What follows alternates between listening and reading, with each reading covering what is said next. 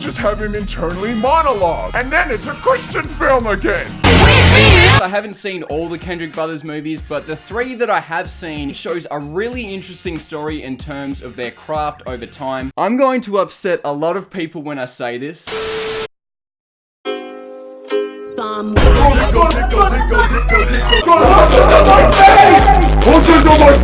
Oh, that really hurt my ears. G'day, nosebleeders. Diction here.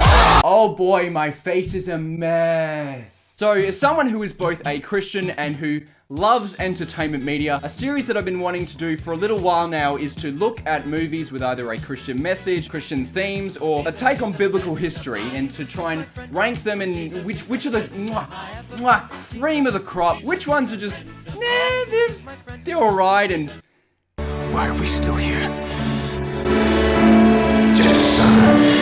My gosh, there's a lot of garbage. But if it's Christian, it's...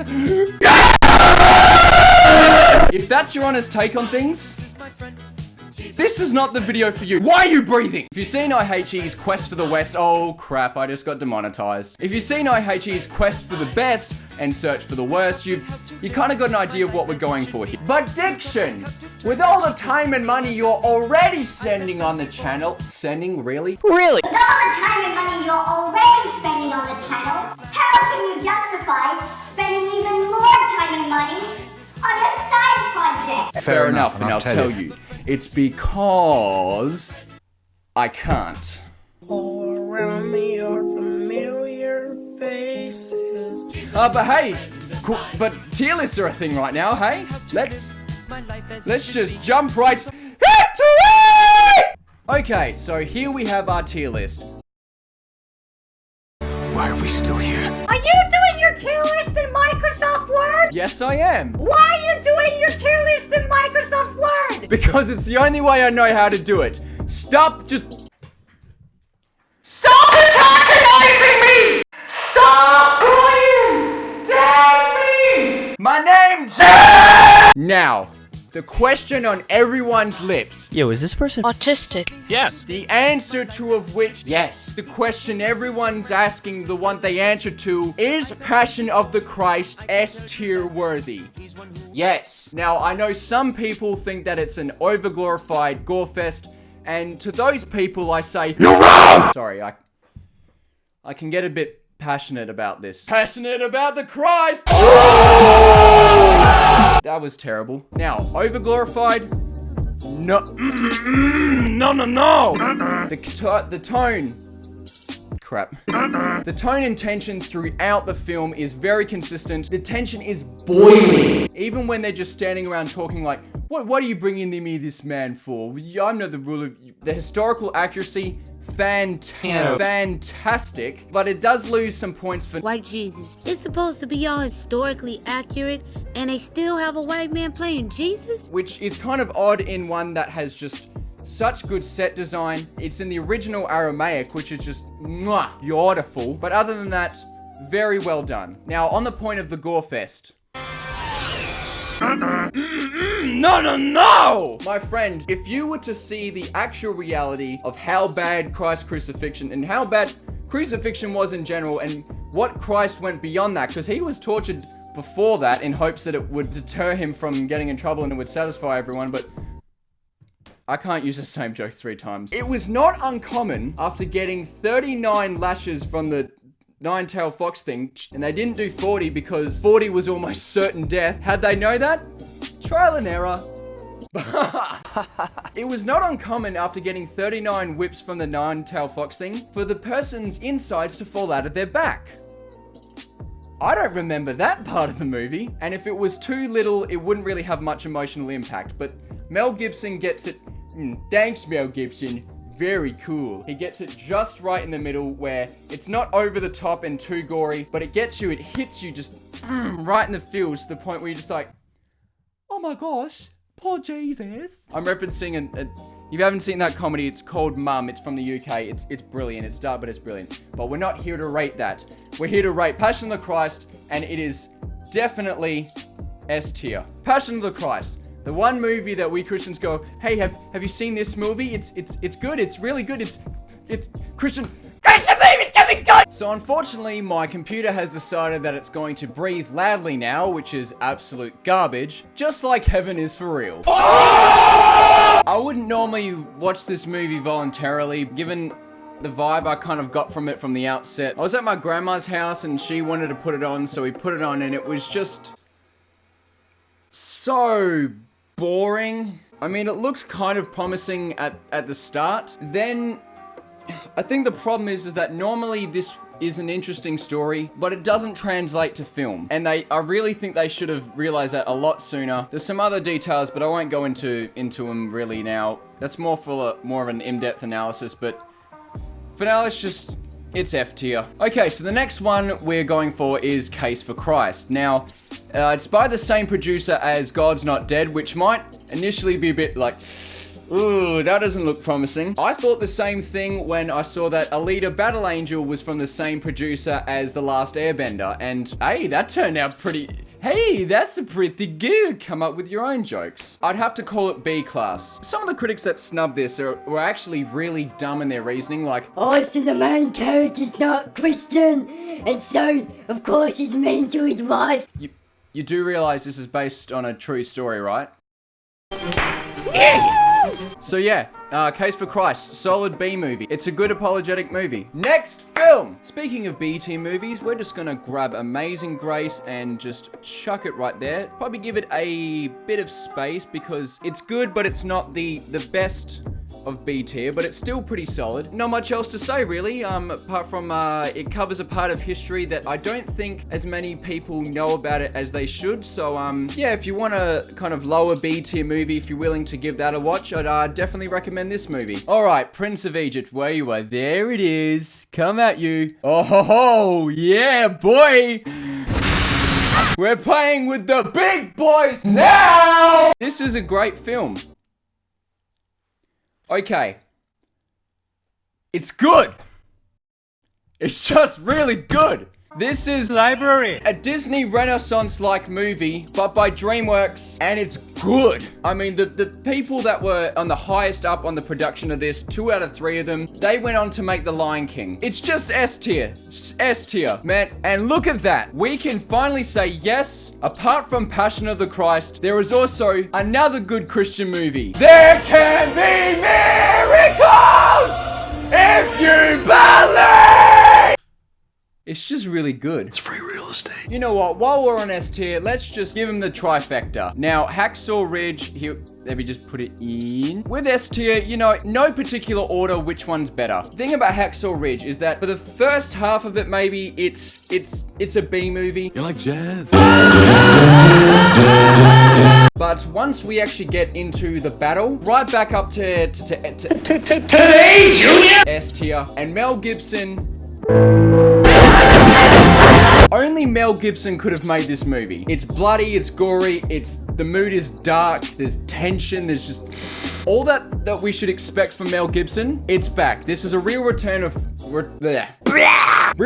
form for him, and it's just great. And for me, it's more about how a movie finishes than how it starts. It can start off slower and get good. It can achieve S tier, which is more than I can say for the next one. The 1517 to Paris. This movie is baffling. It baffled me. What is going on here? Baffled. What's so baffling about this film is, firstly, we take a normally competent director in Clint Eastwood who knows how to build to a climax. That's what she said. Not like that. And he botches it completely. That's what she said. Again, not like that. Degenerates. What else makes it baffling is it's like the reverse of Hacksaw Ridge, though even worse. Apart from the first scene, which is so cringy, the worst representation of Christians ever, trying to make me sympathize with the mother of the main character, but she's objectively wrong. I don't want to get too deep into this, but she confuses faith with not being able to swallow her pride, blaming everyone else that you're not doing your job, you're not doing your job, The more we go through the movie, the more it becomes apparent to me that she is wrong, and that she has made the life of her son unnecessarily difficult. Good on you, Mum. Apart from that, Apart from that, the first half of this film is really good. I could relate very much to the main characters. The kids who played the main characters when they were growing up, very good actors. Then we get to when they're older. Hey, what if we got the actual people to play themselves? Wow, that sounds like a great idea. But can they act? You cannot. They are terrible actors. Well, they're not terrible, but it was so distracting how uncharismatic and just when they were talking to each other, especially when they're doing Skype calls with each other, like, oh man, yeah, oh, not much, what are you doing yourself? Oh, not much, man, I'm in the military now, so yeah, what's up with you, man? It's so bad. But I could look past that, but then they decide, hey, you know how they take a trip to Europe? Yeah? Well, how about we just show, like, the entirety of the trip there?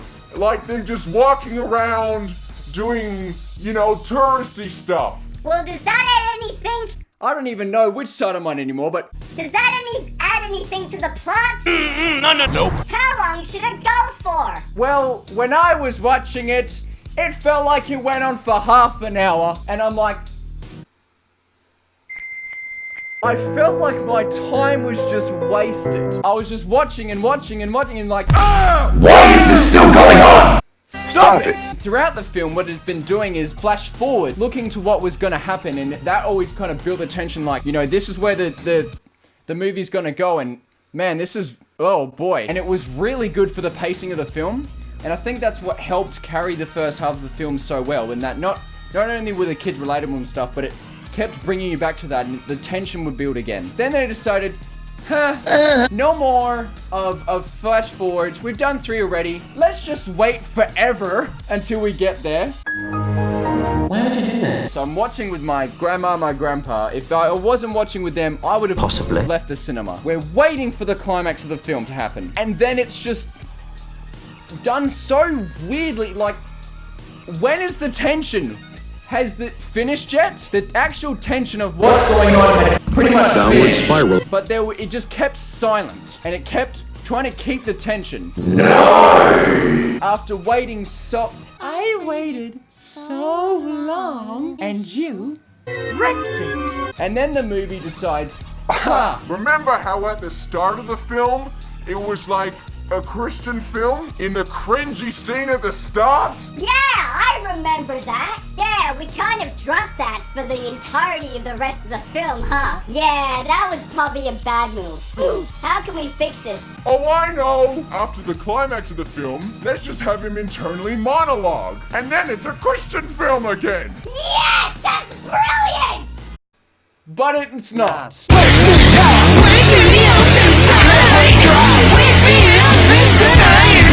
Move out of the way, heaven is for real. You bored me, but you didn't frustrate me and tease and have a really good first half that had me hoping for the future, and then my disappointment is immeasurable and my whole viewing experience was ruined. Okay, so my heart is still legitimately racing with rage right now, so let's get to something a bit more nicer. Jonah by Veggietails. Oh, Veggietails. Straight to A tier. There's never ever been a show like Veggietails. I almost want to give it an S tier, but when I compare it to The Prince of Egypt, I realize it's fantastic, but it's just not just on that same level as Prince of Egypt, so I'm gonna have to bring it down just to A tier. But honestly, it's a fantastic movie. The next Veggietails movies after that didn't really have the same heart behind it. They're just not there, and I think the reason behind it is that they were really banking on making Jonah. It was their first ever movie, and they really wanted it to do well successfully. If you know about the whole how Big Idea was, it went bankrupt. They were hoping that Jonah would be the thing that would get it out of bankruptcy, and so they took a lot of care, and it really shows how much care and how much they wanted it to really be good. The movie is fantastic. Unfortunately, Big Idea is not around anymore, but definitely A tier. Oh, I love it, 3000.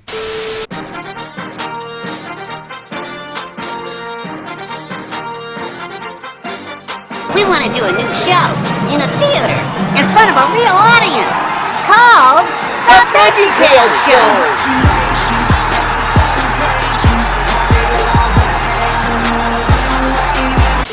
Okay, Paul, an Apostle of Christ. What's interesting about this film is the reception of it. Now, a lot of Christian films that are kind of, not so great, usually get around a 50 or 60 on Rotten Tomatoes, because there's a balance of, it's Christian! And then the other people usually reviewing it are here to just crap all over it like, this person just actually made a movie about their ideology! Disgusting! How dare you! How dare you! And so the overall score is around 50, 60, as I said before. Now, with this film, it is criminally underscored. It has a similar score to a lot of kind of meh movies for the complete opposite reason. No joke. It was the Christian audience who were bashing this film. The normal audiences weren't giving it 10 out of 10s, but oh my gosh. The most common argument I saw was, What? This doesn't cover the entirety of Poe's ministry. I'm very upset. It's a terrible movie. It does not represent all of Poe's ministry. Which is just... Basically, the complaint comes down to, it is not the specific movie that I specifically wanted it to be. It did not cover the very specific everything of Poe's ministry, which is what I would prefer. no. You're an idiot. So this is a movie that I very, very much enjoyed. It was very compelling. What it is, if I can calm down for a sec and actually say what I like about this film. So instead of trying to cover the entirety of Paul's ministry, which would be the most stupid thing to do to try and squeeze into one movie. Have you tried? Criminally underrated series which was unfortunately cancelled. I'm not biased, no you. This movie instead has a very focused view on looking at the... crap. Instead, this film focuses on Paul during his last days under Roman guard and the persecuted Christians that he is writing to. It is a very compelling movie. The cinematography is fantastic. The tension and the tone that they build is absolutely amazing. And honestly, I can see it as a film that would speak volumes to people outside of Christendom onto, wow, like this is the circumstances that the Bible was written under. It's a miracle that we have these texts. Oh, Paul, an Apostle of Christ, doesn't cover the entirety of Paul's ministry. Idiots! And with that, we're going to give it a... I'll give it A tier. But A tier slightly above Veggietails, even though I love it 3000. Okay, next we have Soul Surfer. Yeah, it's pretty good. It's pretty good. It makes you cry. It fills you with hope and makes you cry. What else do you want in a film? I don't want to rant for too much longer, but yeah, it's definitely worth a watch. It's, again, very heartfelt. Got some good technical stuff going for it. Anna Sophia Robb is perfect for the role. Doesn't tone down on the Christian message. All around pretty good film. So we're going to give that one a B tier. We're just gonna go with that. Okay. Left Behind. What can I say about this particular film? What can I say except it's garbage? And fear-mongering's not an effective way to spread the gospel. Like flippin' heck, what the heck is someone who isn't Christian supposed to take away from this film? Like what the heck? Like, oh, believe in me or I'll kill you. Really spreading the love of Christ, man. No. It also has just really bad, just pointless story to it. The narrative is so bad. Were the people who are working on this like heavily inspired by crap tier YouTube pranksters or something? Because the things that are here, like, oh, cheated on my wife, gone wrong. Oh, destroying public property. Oh, fake, saved this person's life thing that is completely not believable at all. I would honestly rather you point the gun at me. What is this film? And it's for all these reasons that it goes straight to F tier. Get lost, heaven is for real. Get lost. You baffled me 15-17, but you weren't entirely terrible, but that is the way it goes. Disgusting! Okay, so next we have Risen, and this is a pretty all-round good film. It focuses on a Roman centurion tasked with finding Christ's body after it goes missing. Whoopsies! Roman guards made a big oopsie. They lost a body. Big oopsie! But yeah, he's tasked with finding the body of Christ, and along his journey, he comes to try and understand and try to grapple with, could he actually have been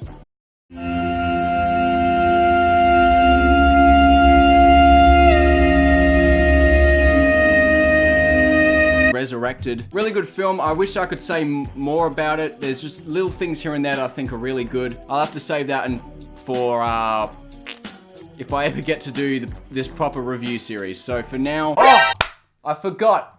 The thing that this movie also gets right with Risen is that it actually has a black Jesus. I remember before seeing this film, I was kind of thinking around that time, like, I wonder how films could find a way to try and bridge the gap between, you know, the fact that Jesus wasn't white and that idea of what Jesus looks like, and that's been kind of burned into our brains. And I wondered how movies could try and find a way to do that.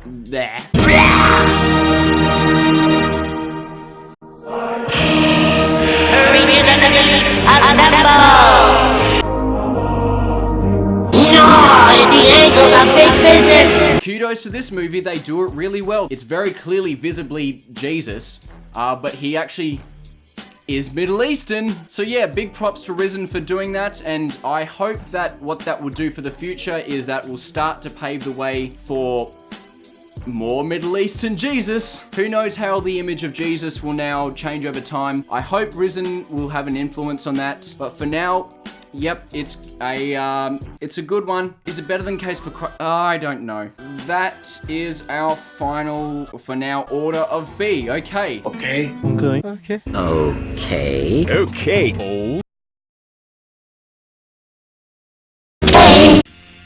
Now, those of you still here, I know what you're here for. I appreciate you. I've been teasing you, and you've been patient. I'm gonna give you what you want. To make a Christian tier list of Christian movies that are in fact Christian, and to not mention the Kendrick brothers would be completely Sacrilegious. Now, of course, I haven't seen all the Kendrick brothers movies, but the 3 that I have seen, for me, shows a really interesting story in terms of their craft over time. Let's just start with the first one, Facing the Giants. Oh boy. I'm going to upset a lot of people when I say this, but it's not as good as you remember.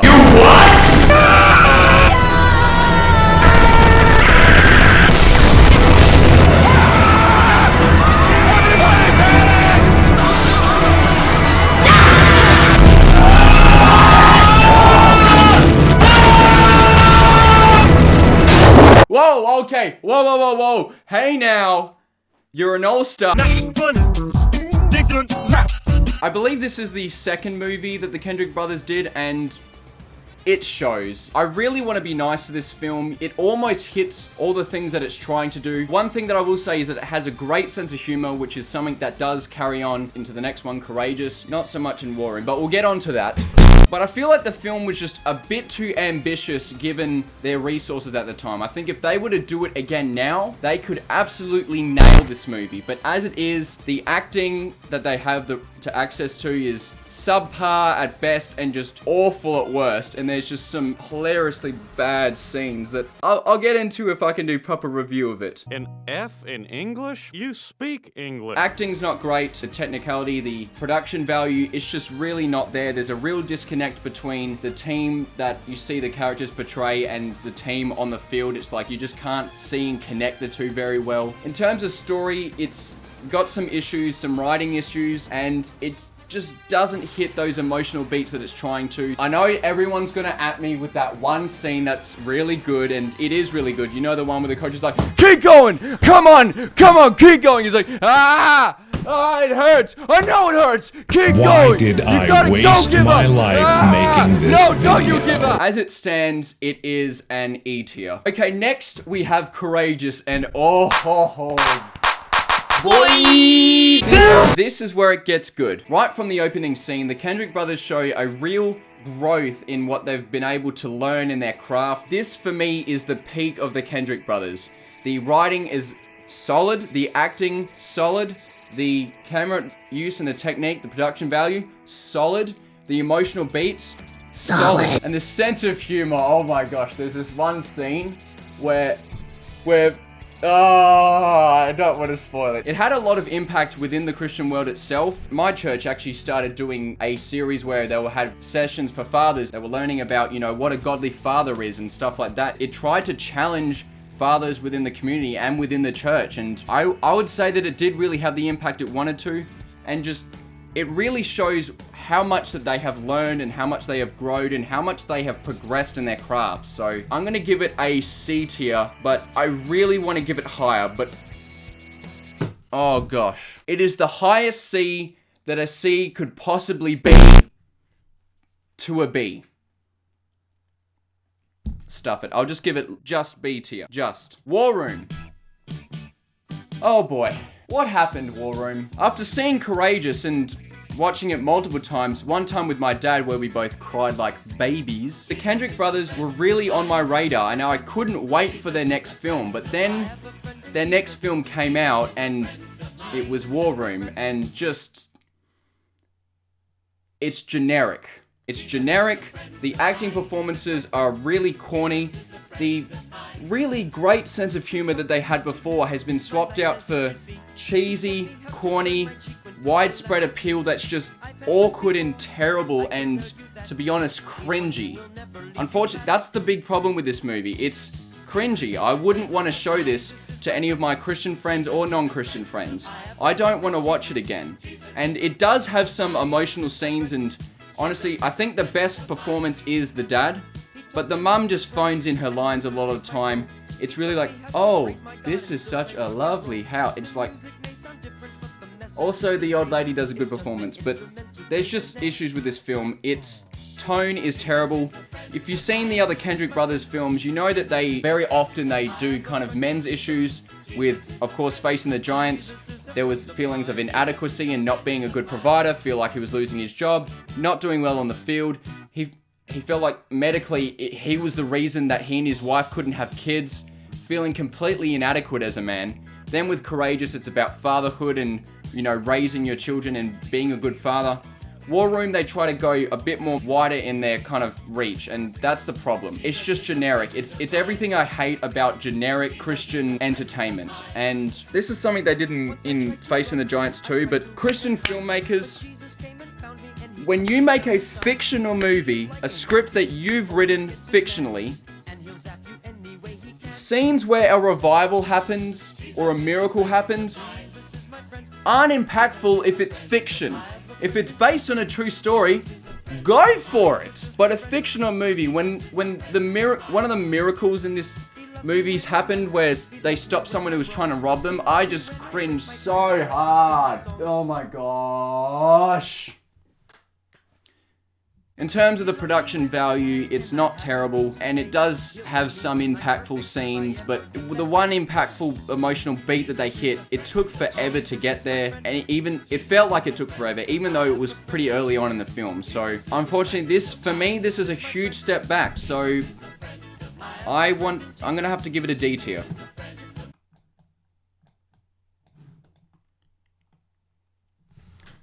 And alright guys, I hope you enjoyed this. I'm not sure how to end this video. Subscribe? Pie? Hey, how you doing? My name is Diction. I'm a Christian on a mission, and it's with conviction. I stay in the claim that the savior of our race, Jesus is his name and his game is grace. Hey, how you doing? My name is Diction. I'm a Christian on a mission, and it's with conviction. I stay in the claim that the savior of our race, Jesus is his name and his game is grace.